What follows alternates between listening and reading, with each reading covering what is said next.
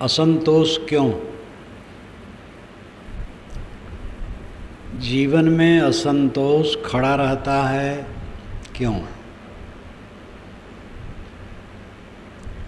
इसकी परख करने की ज़रूरत है। वस्तुतः हम अनेक कामनाओं में बद्ध रहते हैं। उन कामनाओं के कारण असंतोष खड़ा रहता है। कामनाएं घटाई जाएं, असंतोष घटेगा। साथ साथ ये विचार करना चाहिए कि सारी कामनाएं पूरी होने वाली नहीं, कुछ पूरी हो सकती। एक सात्विक कामना होती है और एक रजतम प्रधान कामना होती है। सात्विक कामना वह है जो आवश्यक है और जिसको पूर्ण करना अपने शक्ति के अंदर है, और इसी देश काल में जो पूरी हो सकती है, ऐसी कामनाएं पूरी हो जाती हैं। और जब कामनाएं पूरी हो जाती हैं तो आदमी संतुष्ट हो जाता है। उसके बाद कामनाएं नहीं उठती उस संबंध में। और जो बड़ी कामनाएं ऐसी होती हैं कि वो वर्तमान में पूरी भी नहीं हो सकती हैं, शक्ति के बाहर भी हैं, बहुत आवश्यक भी नहीं है। अब अगर कुछ पूरी हो जाए तो उसके बाद कई कामनाएं उठ खड़ी होती हैं।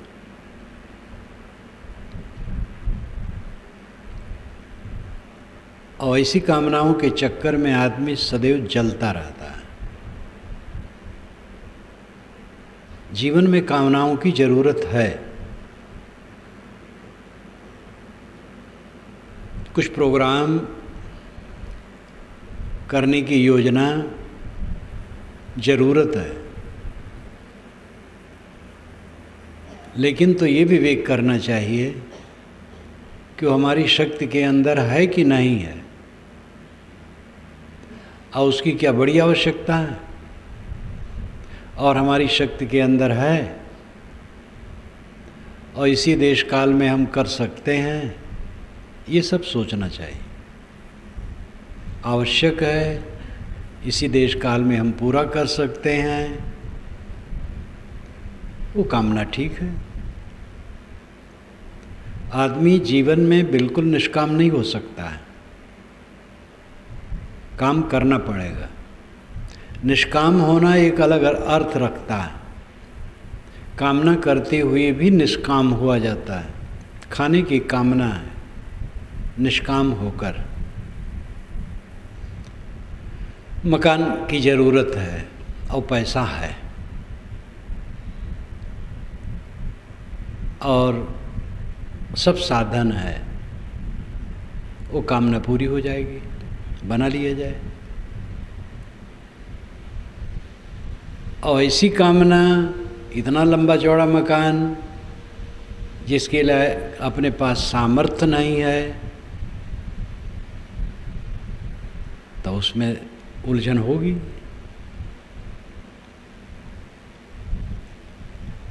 जीवन ऐसा है, केवल अध्यात्म में इसको नहीं गुजारा जा सकता है। व्यवहार सामने है सबके, लेकिन केवल व्यवहार जीवन में रहे, वो कौन सा जीवन है? व्यवहार हमारा अध्यात्म के लिए है, लेकिन व्यवहार है और अत्यंत उज्जवल है। मतलब चाँद सूरज की तरह साफ है, उसको ओझल नहीं किया जा सकता है, नज़रअंदाज नहीं किया जा सकता है। बस विवेक पूर्वक उसका प्रयोग होना चाहिए। आदमी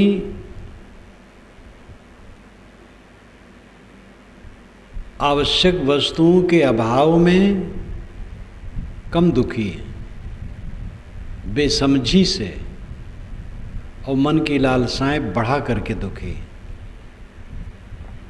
कुछ लोग हैं आज के ज़माने में भी कुछ लोग हैं कि जो आवश्यक वस्तुओं के अभाव से दुखी है। भारत काफ़ी उन्नत हुआ है, विदेश के लोग भी झुकने लगे हैं। अमेरिका और इंग्लैंड ये दोनों भारत के महत्व को आंकने लगे हैं। यहाँ का विकास लोगों के नज़रों में चढ़ गया है। इतना होने पर भी यहाँ अभी बहुत से ऐसे लोग हैं जो सामान्य गुजर बसर की चीज़ों के अभाव से भी दुखी, लेकिन बाकी लोग जिनके पास खाने पीने की चीज़ें हैं क्यों दुखी हैं? लेकिन वो बहुत दुखी हैं। ये दुख की दवाई क्या है? अच्छी समझ और प्रयोग।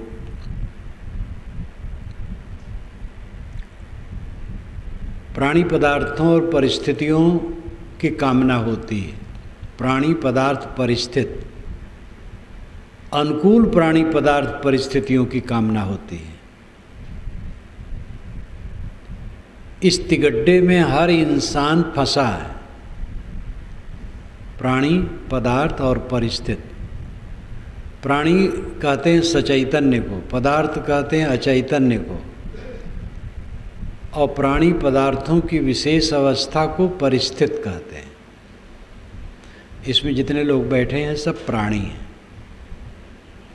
और जो बिस्तर है, लाउड स्पीकर है, पंखे हैं, दीवारें हैं, ये सब पदार्थ हैं। पदार्थ निर्जीव हैं, प्राणी सजीव हैं। प्राणी पदार्थों की विशेष अवस्था परिस्थित है। अभी कुछ मिनट के पूर्व यहाँ से बहुत से लोग उठ गए थे, तो यहाँ की परिस्थिति भिन्न हो गई थी। आ गए, फिर परिस्थिति भिन्न हो गई।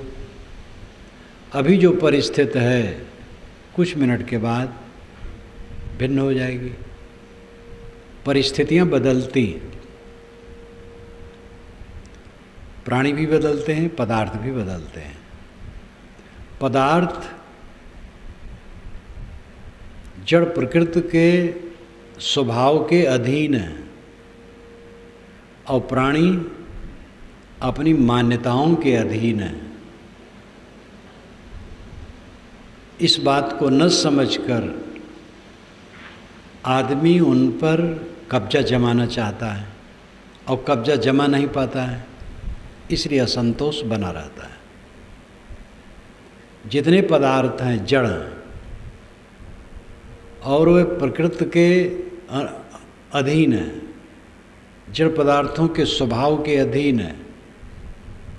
उनमें परिवर्तन है निरंतर। जैसे आजकल भारत के कुछ हिस्सों में अतिवर्षण, और एक बहुत बड़े हिस्से में बहुत कम वर्षण। अतिवर्षण से लोग बहुत दुखी, अवर्षण से भी दुखी।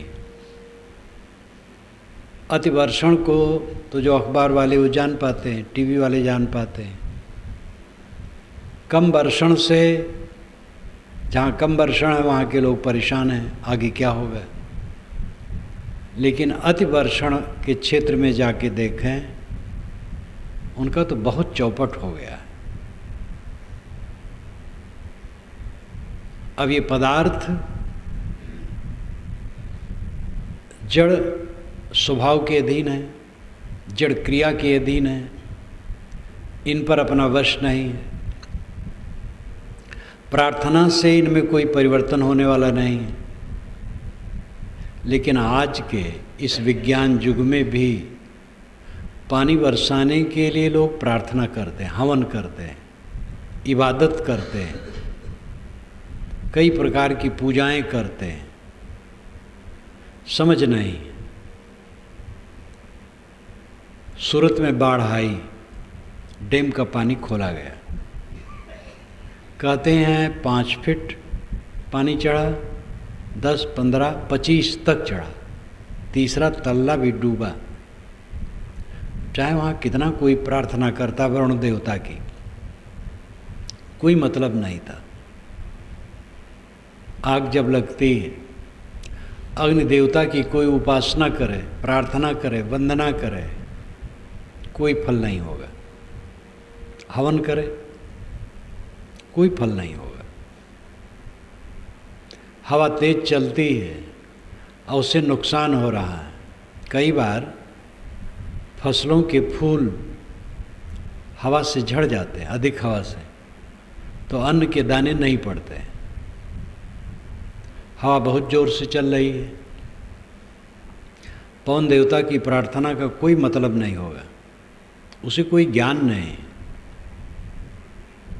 हनुमान जी की प्रार्थना की जाए कि महाराज अपने पिता को जरा समझा दीजिए, पवन सुत हनुमान जी कहलाते हैं, उसमें भी कोई फल नहीं होगा। ये सब स्वाभाविक जड़ हैं। जड़ पदार्थों में क्रिया ईश्वर डालता है। ये अंधविश्वास आज भी जीवित है और इसको जिलाने के लिए बहुत परिश्रम किया जाता है, पंडितों, मौलवियों, विद्वानों, महात्माओं द्वारा। विज्ञान का उजाला आने न पाए, इस पर बड़ा गौर रखा जाता है, क्योंकि अलौकिकता का जंजाल फैला करके ही मनुष्य को कमजोर बनाया जा सकता है। हमारे गुरुजी अलौकिक है, जो चाहे सो कर सकते हैं। अभी एक सज्जन आए थे तो हमारे एक साधु से कहे कि हमारे गुरुजी तो ऐसे हैं, सूरज से कह दें तो वहीं खड़ा हो जाएगा वो।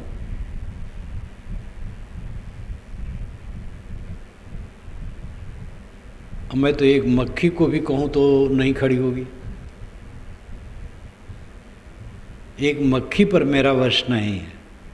अब ऐसे गुरु हैं कि सूरज को कह दे तो वहीं खड़ा हो जाएगा। अब इससे अधिक जोरदार प्रामाणिकता क्या हो सकती है? कैसा संसार है। लोग कहते हैं जड़ पदार्थों में क्रिया कैसे होगी? जड़ तो जड़, उनमें क्रिया कैसे हो जाएगी? जब ईश्वर उनको प्रेरित करेगा पदार्थों को, तब क्रिया होगी। ऐसे बुद्धि के धनियों को ये सोचना चाहिए कि जड़ पदार्थों की क्रिया ही उनकी संपत्ति है।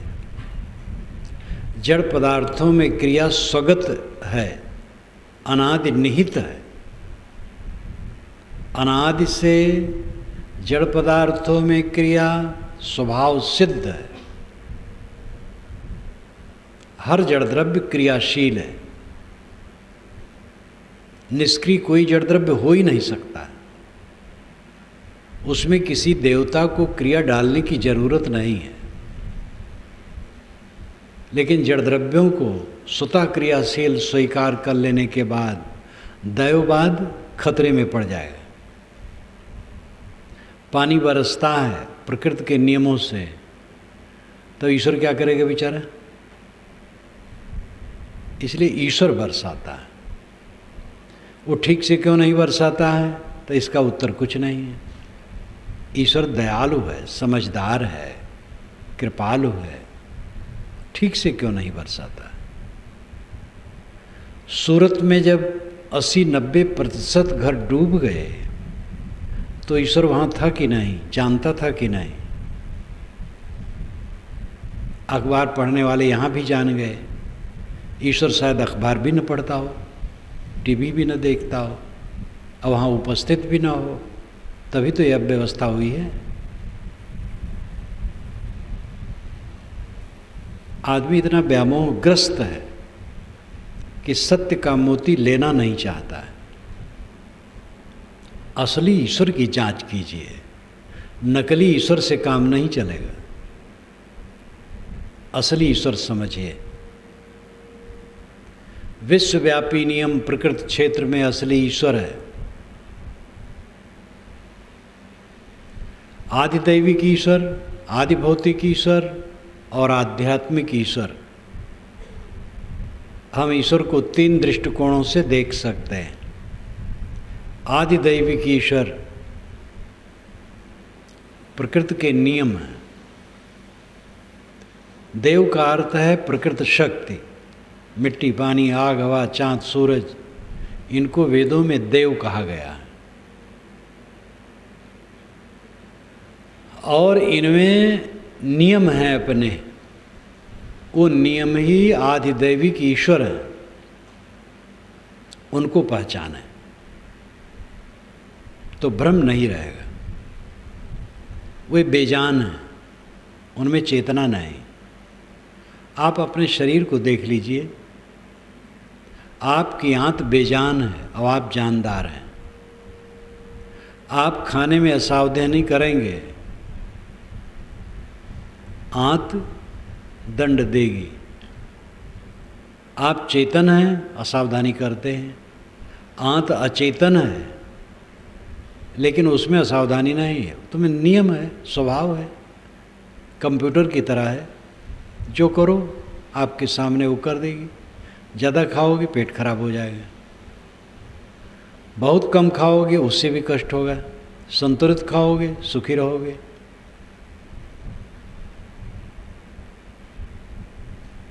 इस तथ्य को समझने की आवश्यकता है। प्रकृति के नियमों को समझें। प्रकृति के नियम आदिदैविक ईश्वर है और आदिभौतिक ईश्वर प्राणियों का समूह है। भूत नाम प्राणी। आदि कहते आधार को। आदिभौतिक, भूत जिसका आधार हो वो आदिभौतिक है। भूत नाम प्राणी। भूत के कई अर्थ होते हैं। भूत का अर्थ जड़ तत्व भी है, मिट्टी, पानी, आग, हवा। भूत का अर्थ बीता समय है। भूत का अर्थ सत्य है। सत्य को भी भूत कहते हैं। तादात्मता को भी भूत कहते हैं। ब्रह्म भूत हो गए यानी ब्रह्मलीन हो गए। भूत, भूत प्रेत को भी कहते हैं जो काल्पनिक हैं। भूत के कई अर्थ होते हैं, लेकिन यहाँ भूत का अर्थ है प्राणी, देहधारी प्राणी।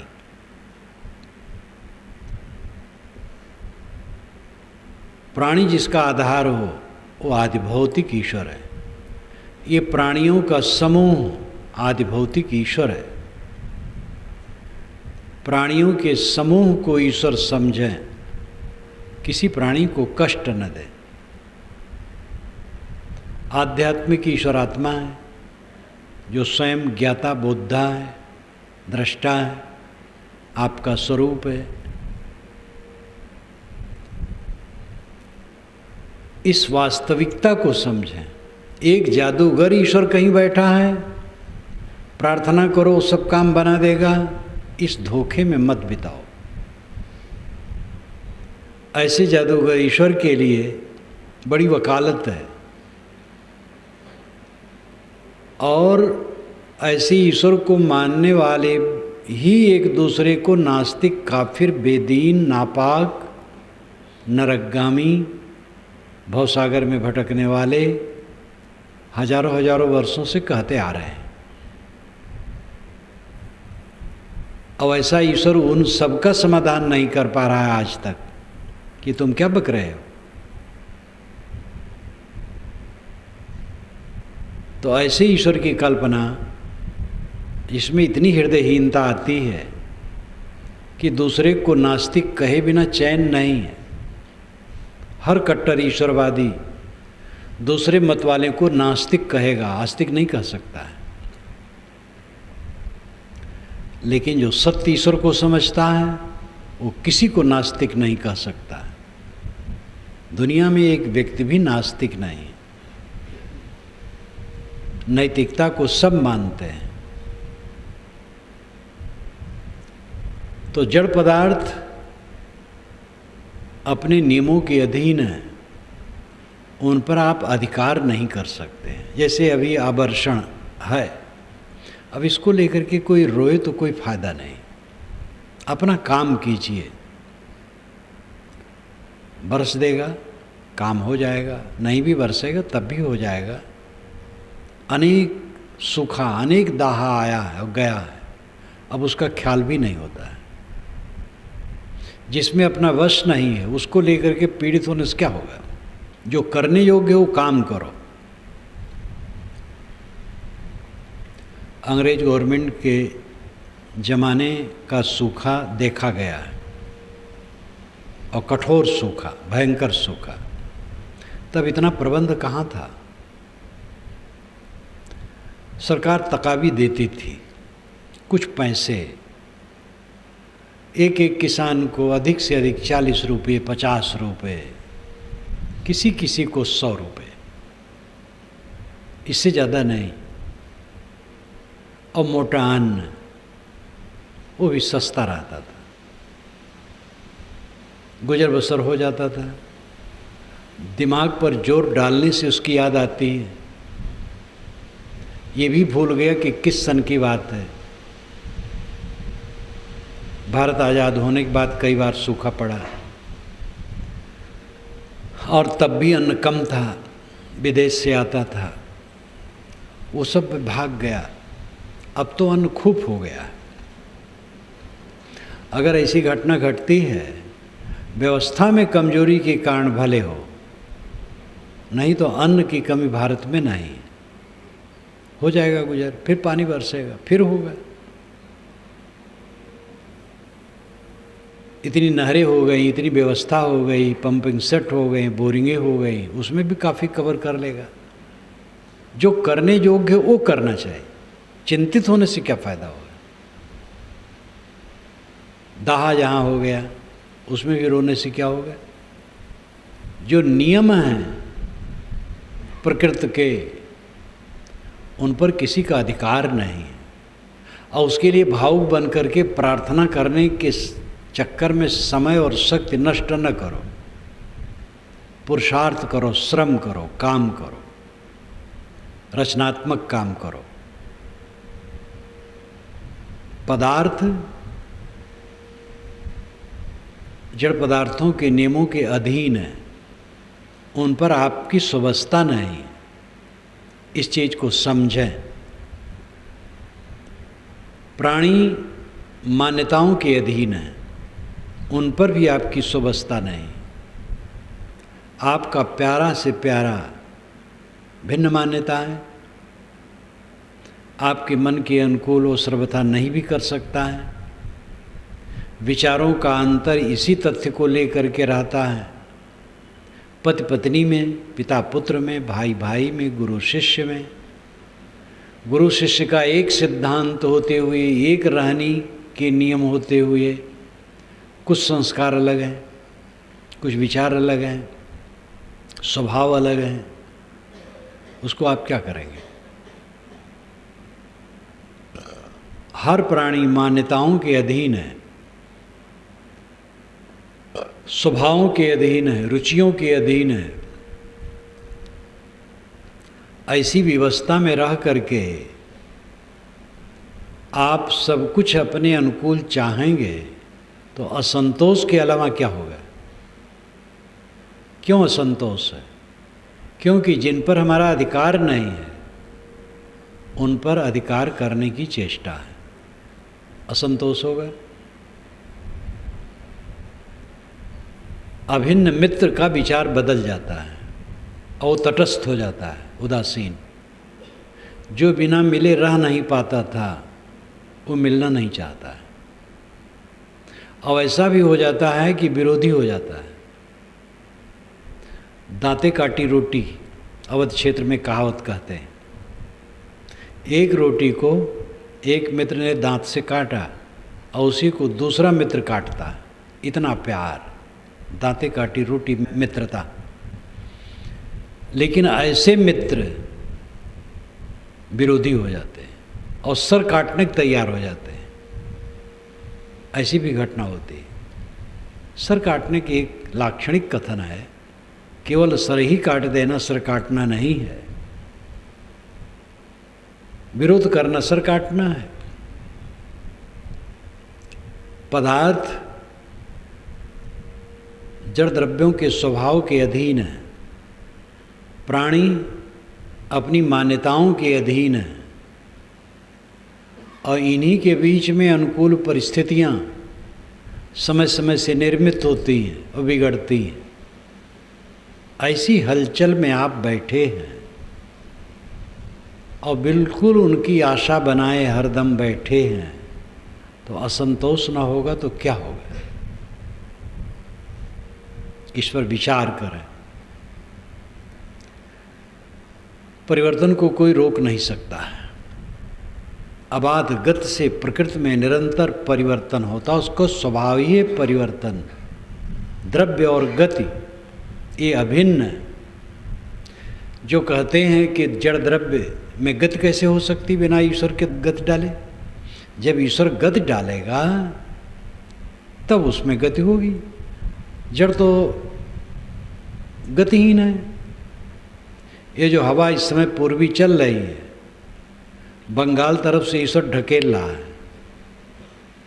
और जब पश्चिमी चलने लगेगी तो पंजाब चला गया होगा, ईश्वर वहाँ से ढकेलेगा। इतनी अकल आज जमाने में भी जो न रख है, क्या समझदार है? हवा चलने के अपने नियम हैं, उनके अपने दाब हैं, उससे हवा के रुख में परिवर्तन होता है। कोई देवता नहीं चलाता है। ज्वालामुखी फूट करके जहाँ निरंतर आग उगल रही है ज्वालामुखी, वो कोई देवता नहीं उगल रहा है। प्रकृति के नियमों को हमें समझना चाहिए। ज्ञान के बिना भी दुख है, अज्ञान से, और फिर हमारा प्रलोभन, मिथ्या विश्वास, वो हमें कष्ट देता है। प्राणी पदार्थों से सुख पाने की जो लालसा है, असंतोष का कारण है। प्राणी पदार्थों में व्यवहार करना चाहिए। जो प्राणी पदार्थ मिलते हैं उसमें हमें व्यवहार करना चाहिए, विवेक युक्त देख करके बर्ताव करना चाहिए। उनसे कामना नहीं करनी चाहिए। जो आपको आवश्यक है वो स्वयं होगा। आप परिवार या समाज में हैं, अब अपनी योग्यता और शक्ति के अनुसार श्रम कीजिए, सेवा कीजिए, भोजन अपने आप आपको मिल जाएगा। हम लोग इतने लोग बैठे हैं, सब भोजन थोड़े बनाते हैं और सब भोजन खाते हैं और कुछ करते हैं। यहाँ तो मानो आगंतुक आए हैं कुछ दिन के लिए, ध्यान के लिए, लेकिन जो यहाँ रोज रहते हैं तो सब भोजन तो नहीं बनाते हैं और सब भोजन करते हैं। सब सफाई तो नहीं करते हैं, लेकिन सफाई का लाभ सबको मिलता है। सब पुस्तक तो नहीं लिखते हैं, लेकिन पुस्तक बाँचने का लाभ सबको मिलता है। तो ये सहयोग है एक दूसरे का। आप अपनी श्रेणी, योग्यता, शक्ति के अनुसार काम करते रहिए, गुजर बसर होता रहेगा। लेकिन जो चौधराना गांठने की चेष्टा है, मलकई, बड़े हम हैं, हमें लोग बड़ा माने, और जो हम कहें वही करें, उसमें कोई विचार भी न चाहे कि और कोई कुछ सोच ले, और जैसे हम कहें तैसे सब उठे बैठें, हमारी उंगली पर नाचें, सारी सुविधाएं हमें मिलें, ये तृष्णा कभी संतोष लेने नहीं देगी। एक छोटा बच्चा भी, उसको भी अभिमान है अपने आप का। यहाँ छोटा बड़ा कौन है? मर्यादाएं हैं, उम्र की मर्यादा और पद की भी मर्यादा। योग्यता की भी मर्यादा होती है, कुछ मर्यादाएं हैं, उन मर्यादाओं में बंध करके मर्यादा से रहना चाहिए। लेकिन जिसकी कम उम्र है उस पर हम अपनी बातों को लाद नहीं सकते हैं। जो पद में हमसे छोटा है उस पर हम अपनी बात लाद नहीं सकते हैं। इसलिए हमें विनम्र रहना चाहिए। बड़ा कहलाने वाला विनम्र रहे, छोटा कहलाने वाला विनम्र रहे। अंत में छोटा बड़ा बीच की बात है। साहब ने कहा है, ऊंच नीच है मध्य की बानी, एक है पवन एक है पानी। ऊंच नीच बीच की भाषा है। जीव स्वरूपतः समान है, सजाती है। सारे जीव की उम्र एक है, अनादि अनंत। उसमें छोटा बड़ा कौन है? देहधारी होने से उम्र का अंतर है, देह की उम्र का अंतर है। पिता को चाहिए पुत्र को छोटा मान करके अवहेलना न करे। गुरु को चाहिए शिष्य को छोटा मान करके अवहेलना न करे। बड़े भाई, बड़े गुरु भाई छोटे भाई और गुरु भाई को छोटा मान के अवहेलना न करे। पति पत्नी की बात, अभी भी पुरुष देवियों के साथ सब लोग अच्छा व्यवहार नहीं करते हैं। पढ़े लिखे हैं, देवियां भी पढ़ी लिखी हैं, लेकिन बैठ करके बात करना प्रेम से, समता से, सुलझाना, अपनी बात कहना, उसकी बात सुनना और समता से सुलझाव के चलना, ऐसे कम लोग हैं। पुरुष हैं बस गरम बोलेंगे, डांट के कहेंगे, आर्डर सीधे देंगे। कितनी देवियों को बहुत तकलीफ होती है। तो ये सब अहंकार दुख के सिवा और कुछ पैदा नहीं करेगा। सब मित्र हैं, छोटे बड़े सब मित्र हैं। हमें असंतोष क्यों होता है? हमारी समझ की कमी, अच्छे बर्ताव की कमी, त्याग की कमी हमारे जीवन में दुख पैदा करती है। हम समझते हैं पैसे रुपए हो जाने से वह सुख मिल जाएगा जो निर्मल है, एकांतिक है, स्थिर है, जिसमें दुख का लेश भी नहीं है। लेकिन ये महाभ्रम है। संयोग जनित पदार्थों में वो सुख मिलना असंभव है। किसी भी बड़ी लौकिक उपलब्धि के पहले आकर्षण तो उसमें होता है, अविवेकवश, कि जब ये हो जाएगा बस खूब आनंद कंद हो जाऊंगा। लेकिन इच्छित वस्तु के प्राप्त होने के बाद उसकी पोलपट्टी सामने आ जाती है। वही निराशा, वही असंतोष, वही पीड़ा। नवयुवक पढ़ता है, योग्य है, तेज बुद्धि है, उत्तम श्रेणी में पास होता है, लालसा उसकी बढ़ती है, कलेक्टर कमिश्नर होऊंगा, एक सुंदरी वाला से विवाह करूंगा, खूब पैसा कौड़ी होगी, बंगला, कार, ऐश्वर्य, प्रतिष्ठा, शासन, फिर क्या पूछना, आनंद कंद हो जाऊंगा। एक तो ऐसा सोचने वाले सब लड़के इसी अवस्था में पहुंचते नहीं। कहीं छोटी मोटी नौकरी मिल गई, कहीं 200-400 किलोमीटर दूर फेंक दिए गए, एक छोटा सा कमरा ले करके किराया रह रहे हैं, पका खा रहे हैं, या कहीं होटल में जाके खा आते हैं, किसी प्रकार निभा रहे हैं। कुछ लोग कलेक्टर कमिश्नर भी हो जाते हैं, लेकिन कलेक्टर कमिश्नर से जाके पूछो वो कितने सुखी।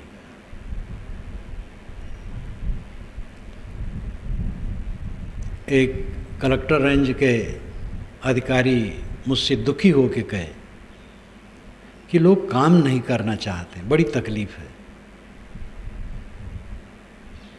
जितने वर्कर हैं, छोटे छोटे अफसर हैं, काम नहीं करना चाहते। वे आदमी बहुत अच्छे हैं,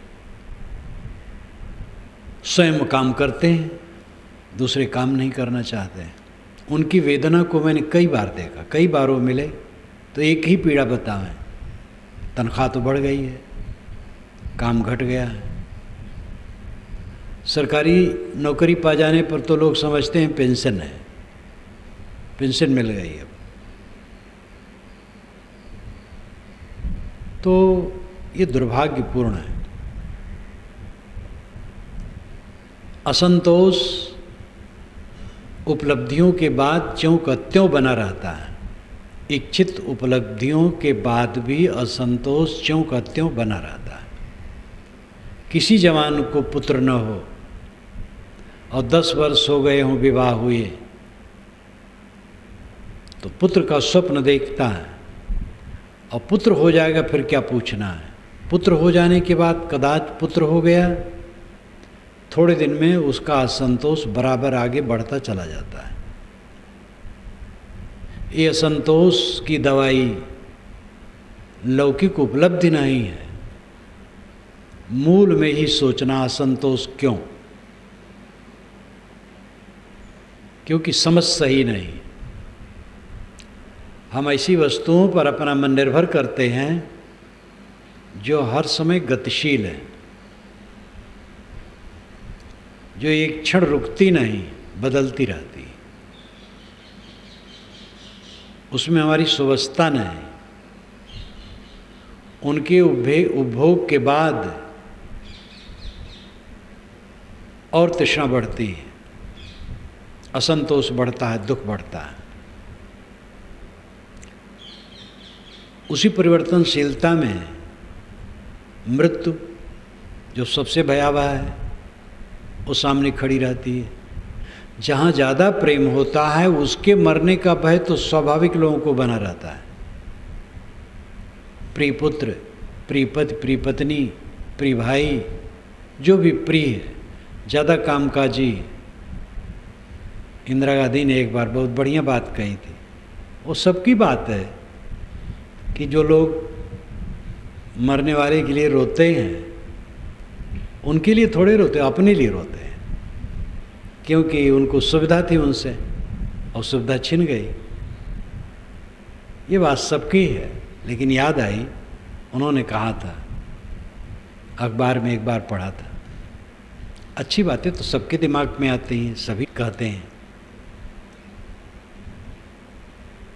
घर में एक ऐसा व्यक्ति हो जो निकम्मा हो, मर जाए, कोई परेशानी नहीं होती, और अगर वो ज़्यादा परेशान करने वाला हो तो खुशी होती।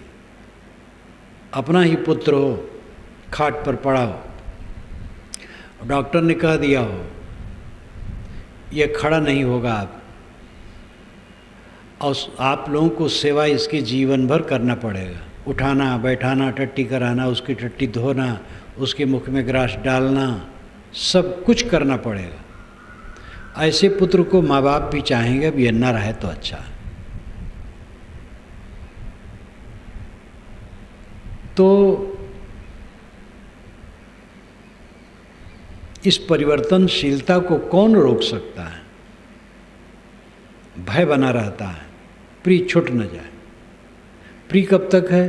वो कामकाजी, कामकाजी ना हो, प्रिय नहीं रहेगा।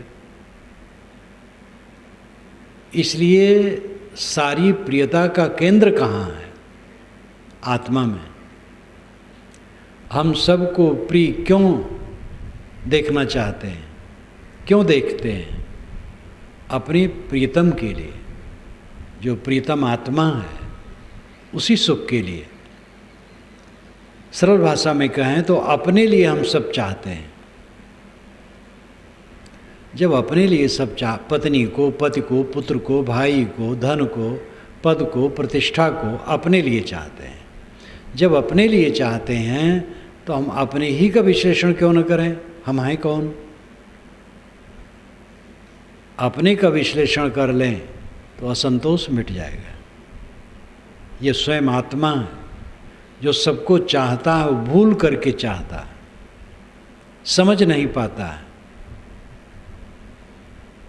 अखंड सुख हुआ पदार्थों को बटोर करके चाहता है और प्राणियों को बटोर करके अखंड सुख उसे मिलेगा, ये सबसे निष्काम होकर।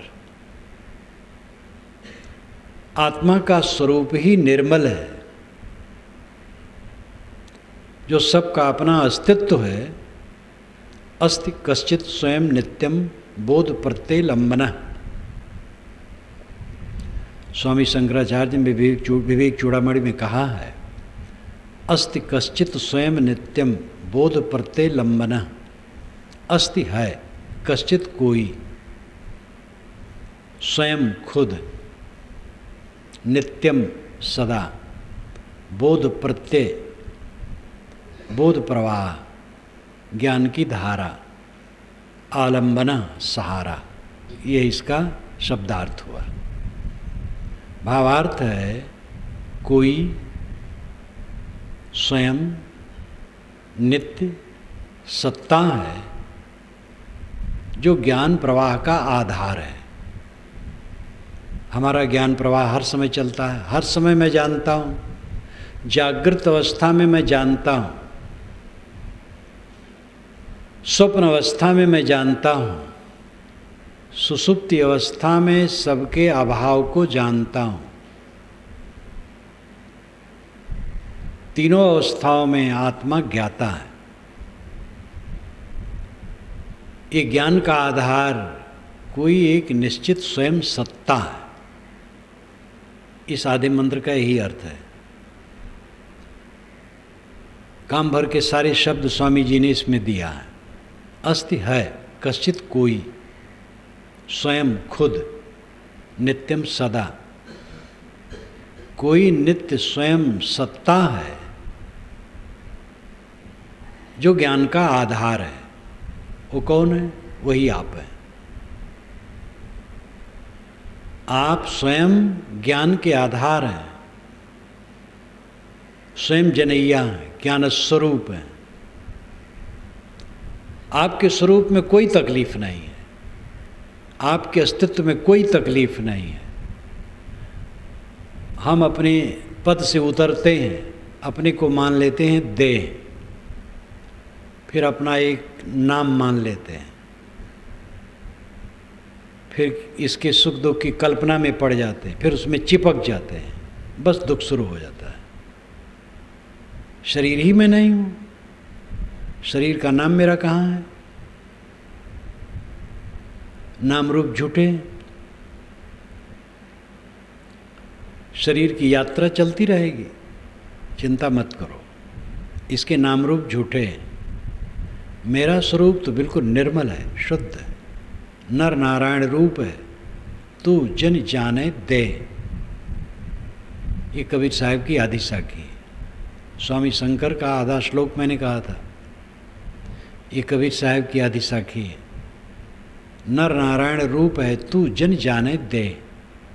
तू नारायण है, दे नहीं, अपने को समझ। आप में दुख का लेश भी नहीं। सबको अपने आत्मा का ठीक से परिचय करना चाहिए। आत्मज्ञान अध्यात्म के क्षेत्र में मुख्य विषय है। आत्मज्ञान, अपने को पहचानना।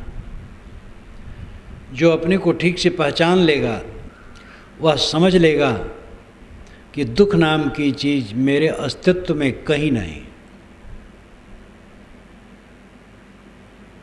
दुख एक भ्रम है। दुख क्या? सुख की कल्पना करके दुख पैदा होता है।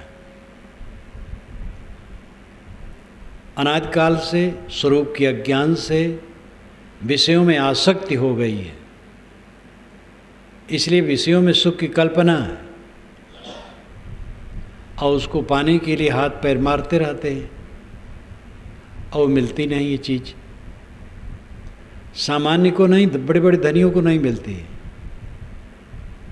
एक बार ऐसी छोटी सभा में गया था जहाँ करोड़पति लोग थे, 50-60 लोग रहे होंगे, डाबर, भंडारी, कोठारी, मारवाड़ियों के जो सरनेम होते हैं। किसी के चेहरे पर रौनक नहीं थी। और बात याद आई, गत बरस जब कलकत्ता से मैं लौटा था तो कई लड़के बंगाल के यहाँ कॉलेज में पढ़ते हैं, वो उसी में उनका रिजर्वेशन था। एक लड़के का तो मेरे सामने था, उसका मित्र सामने आके बैठ गया, ज़्यादा संवेदनशील था। उसने कहा, महाराज इस पूरे डिब्बे में आप लोग जो 2-3 हैं, इनके समान मैं किसी को प्रसन्न नहीं देखता हूँ पूरे डिब्बे में। हमने कहा, भाई ये तो आप समझे कुछ। कहे, आप लोग जितना प्रसन्न देखते हैं कोई नहीं दिख रहा, क्या कारण है? अब वो ऐसा रहा होगा, विचारक, चिंतक, सोचता होगा, परखता होगा। हम क्यों हरदम उदास बने रहते, दुखी बने रहते हैं? प्राणी पदार्थों की मान्यताओं का दाब हमारे दिमाग पर बना रहता है, इसे हरदम खिन्न, दुखी, असंतुष्ट। क्या हो जाएगा? कोई मर जाएगा, कोई नई बात है। प्रिय का वियोग हो जाएगा, अप्रिय का संयोग हो जाएगा, अप्रिय का संयोग होने के बाद वो भी वियुक्त हो जाएगा। बीमारी आ जाएगी, चली जाएगी, अपमान हो जाएगा, सम्मान भी आ जाएगा। इस सब में क्या रखा है? जब तक हम भौतिक धरातल से अपने मन को ऊपर नहीं उठाएंगे,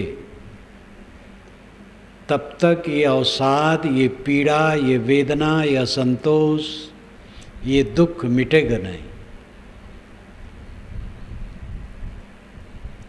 10 वर्ष के पूर्व आपको अपमान मिले थे, सम्मान भी मिले थे, अनुकूल प्राणी पदार्थ मिले थे और प्रतिकूल भी मिले थे। आज कुछ है? 20 वर्ष के पूर्व, 30 वर्ष के पूर्व, 50 वर्ष के पूर्व कल मिले थे, आज वो है। ट्रेन में हम बैठते हैं, प्रेमी मिल जाते हैं, व्यंग करने वाले मिल जाते हैं, दोनों छूट जाते हैं। यहाँ क्या रहता है? विचारों का प्रवाह चित्त में जब तक चलेगा नहीं, चित्त की काई कटेगी नहीं। इसी काई में पड़े सब सड़ रहे हैं सदा से। कोई नई बात जीवन में क्या किया आपने? सोचिए। खाया, रूप देखा, स्वाद में आनंद की कल्पना की, अनुकूल शब्द सुनने की चेष्टा की, काम भोग में उद्वेगित हुए, राग किए, द्वेष किए, कलह किए, पैसा जमा किए, खर्च किए,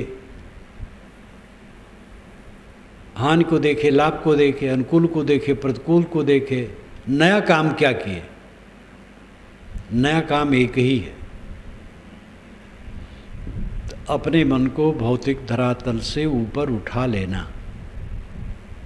ये सब पानी की बुलबुले की तरह बन करके मिट जाने वाले हैं, स्वप्न की तरह खो जाने वाले हैं, कुछ भी रहने वाला नहीं। जिस पर हम जीवन भर अपना अधिकार माने बैठे हैं, वो स्वप्न नहीं, सुसुप्त की तरह हो जाएगा। सपने की तो याद होती है, लेकिन जब शरीर छूट जाएगा तो इसकी याद भी नहीं होगी। इन विचारों को अपने चित्त में ला करके जब तक हम उसे इससे उबारेंगे नहीं, तब तक मन का असंतोष मिटेगा नहीं। पदार्थों प्राणियों के प्राप्त होने से असंतोष मिटता नहीं है। अनुकूल प्राणी पदार्थ जब प्राप्त हो जाते हैं तो क्षणिक संतोष होता है और उसमें हम रम जाते हैं, और उसका परिणाम यह होता है कि दुख का और बीज बो लेते हैं। फिर जब वियुक्त होता है तब पीड़ा होती है। काम भोग में आदमी पड़ा तो उसको संतोष हो गया। पहले उसके मन में काम की खलबली आई तो असंतोष हुआ। अब उसको लगा ये करने को मिले तो संतोष होगा। पुरुष है स्त्री को पाया, स्त्री है पुरुष को पाई तो संतोष हो गया। संतोष नहीं हुआ, वो असंतोष का बीज बोया। संतोष लगता है क्योंकि वृत्ति थोड़ी स्थिर हो जाती है, परंतु वही आसक्ति उसको और दौड़ाती है, वही अध्यास और खींचता है। दौड़ते दौड़ते कोई थक गया, बैठ गया, विश्राम करने लगा, आनंद आ गया, लेकिन वो दौड़ने के लिए ही विश्राम कर रहा है। जहाँ शक्ति आई फिर दौड़ेगा। भोग क्रिया में एक विश्राम की कल्पना हो जाती है, लेकिन दौड़ने के लिए आदमी मानो शक्ति भरता है। भोग क्रिया में लगने से विश्राम जैसा लगा, लेकिन उसमें एक शक्ति अर्जित हुई और फिर भोग में दौड़ा। यही सदा से करता आया है और भटकता आया है। एक रस सुख चाहो तो विषयों से अपने को अलग करो। अपनी शक्ति और योग्यता के अनुसार जहाँ जो हैं उससे अपने को ऊपर उठाने की चेष्टा करें। बहुत रागी भोगी हैं, घटाव हैं। जो ज़्यादा साफ सुथरे मन के हैं और जीते हैं। जो काफ़ी ऊपर उठ गए हैं पूरा जीत लें। सबके लिए संभावनाएं हैं। और एक अत्यंत रागी व्यक्ति को भी ये काम करना है। आज चाहे कल चाहे परसों। भोग का मार्ग सुख का मार्ग नहीं, त्याग का मार्ग ही सुख का मार्ग है। गृहस्थी में आदमी क्यों फंसता है? क्योंकि वो समझता हम रह नहीं पाएंगे वैसे। जवानी में अंग मिलन की चेष्टा होती है। नर है तो नारी से, नारी है तो नर से। इस आकर्षण को वो मिटा नहीं पा रहा है, इसलिए गृहस्थ बना, उचित किया। परंतु अब तो देख लिया, जिसमें बड़ी लालसा थी वो तो देख लिया, एक बार, दो बार, चार बार, अनेक बार।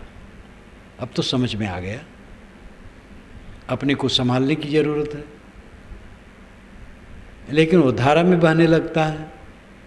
क्या पाए उसमें? अपने को छीड़ किए, उद्वेगित किए, मलिन किए, पश्चाताप में डूबे। क्या पाए? ऐसे चुपचाप रहते कितना अच्छा रहा। आप कल्पना करो, जिस समय आपके मन में काम वासना नहीं होती, आपका क्या नुकसान होता है? सुखी रहते। जब काम वासना आई, मन उद्वेगित हो गया, क्या फायदा हुआ? उद्वेगित हुआ, उस उद्वेग में आनंद आया, पीछे पछताए। ये अनुभव की बात है। आदमी को अपनी ही क्रियाओं से सीखना चाहिए। ऐसे हर बात में, खाने में, मान बढ़ाई में, पद प्रतिष्ठा में, किसी चीज़ में जो हमारी ललक होती है, आकर्षण होता है जड़ दृश्य के प्रति, इसी से निरंतर असंतोष बना रहता है। असंतोष का कारण हम समझते हैं कि चीज़ें नहीं मिली। जितनी चीज़ें मिलती 1000 गुना ज़्यादा मिल जाए तो लाख गुना असंतोष बढ़ जाएगा। बिना विवेक के कभी संतोष नहीं हो सकता है। भोग से संतोष कहीं होता है। भोग से संतोष का आभास होता है, भ्रम होता है। त्याग से ही संतोष होता है, हट करके ही संतोष हो सकता है। अपने को पहचानो। आपका स्वरूप निर्मल है, शुद्ध चेतन है। ध्यान की गहराई में पहुंच करके ही आत्मा का अनुभव होता है। ध्यान की गहराई में पहुंचने वाला अनुभव करता है, देह अलग है, मैं अलग हूँ और सारे बंधनों से मैं मुक्त हूँ। जब तक उस गहराई में न पहुँचे परिश्रम करना चाहिए, घबराना नहीं चाहिए। 10 बार भूल हो 11वें बार सावधान, 100 बार भूल हो 101वें बार सावधान। कभी घबराओ मत। पूरा काम करके ही उद्धार होगा और कोई आपका उद्धार दूसरा नहीं कर देगा। न कोई भगवान कर देगा, न गुरु कर देगा। गुरु बताएगा रास्ता। और ये कम कृपा गुरु की नहीं है, संतों की नहीं है, जो हमें रास्ता बताते हैं। बताने वाला ना मिले तो हमें कुछ पता नहीं चलेगा। सब बातें अपने आप थोड़े समझ में आती हैं। इसलिए संतों, गुरुओं, अनुभवी पुरुषों की ज़रूरत है। किसी दिशा में अनुभवी पुरुषों की आवश्यकता है। हमें चटाई बीनना है तो जो चटाई बीनने में माहिर है उससे सीखना पड़ेगा। इसलिए आधार की ज़रूरत है। तो गुरु, संत, सज्जन, मित्र राय दे सकते हैं। करना पड़ेगा हमें खुद। असंतोष क्यों? बिना समझ के। समझ सही नहीं। जो स्वभाव के अधीन है, प्रकृति के नियमों के अधीन है, ऐसे पदार्थों पर हम कब्जा चाहते हैं। जो अपने अपने सुख मान्यताओं के अधीन है, ऐसे प्राणियों पर हम कब्जा करना चाहते हैं।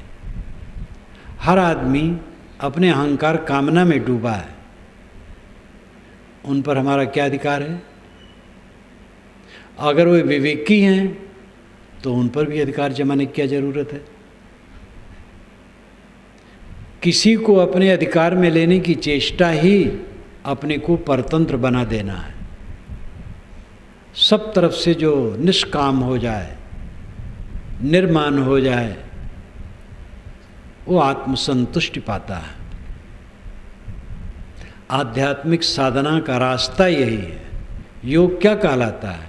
दुखों के संयोग का वियोग कर देना। दुखों का संयोग कहाँ से होता है? चाहना से, चिपकने से, मोह करने से, आसक्त होने से। आदत है अनाद काल से चिपकने की, प्राणी पदार्थों में आबद्ध होने की, आसक्त होने की। और इसकी मात्रा जितनी अधिक होगी उतना असंतोष होगा। अज्ञानवश, भ्रमवश असंतोष होता है। और अज्ञान भ्रम के कारण चल विचल प्राणी पदार्थों में मोह करने के कारण से वो असंतोष और बढ़ता है। विवेक ज्ञान प्राप्त करें। मेरा अपना स्वरूप निर्मल है, अद्वितीय है, असंग है, निर्वयव है, कैवल्य है, शुद्ध है। उसमें मन वाणी की गम भी नहीं। शरीर रूपी भवन में बैठ करके इंद्रिय झरोखों से हम दुनिया को देख रहे हैं। अभी ये भवन टूट जाए, संसार का पता नहीं रहेगा कहाँ गया। संसार रहेगा अपनी जगह पर, हमें पता नहीं रहेगा। सारा संसार आत्मा से बिल्कुल अलग है। अपने आत्मा की दूरी इससे समझें। ध्यान द्वारा इसको और पक्का करें। अंदर का असंतोष, मन का असंतोष हमारे अज्ञान और विजात पदार्थों के मोह के बस है। हम अज्ञान के अधीन हैं, स्वरूप का ज्ञान नहीं है। और जो विजाति वस्तु है, स्वरूप नहीं है, पर है, स्व नहीं है, पर है। पर में मोह है, इसलिए असंतोष है। पर से लौटकर स्व में आ जाना, यही हंसत्व है। नीर क्षीर विवेक किया, नीर को छोड़ दिया, क्षीर को ले लिया। अनात्मा का मोह छोड़ दिया, आत्मा में अपने आप परम विश्राम।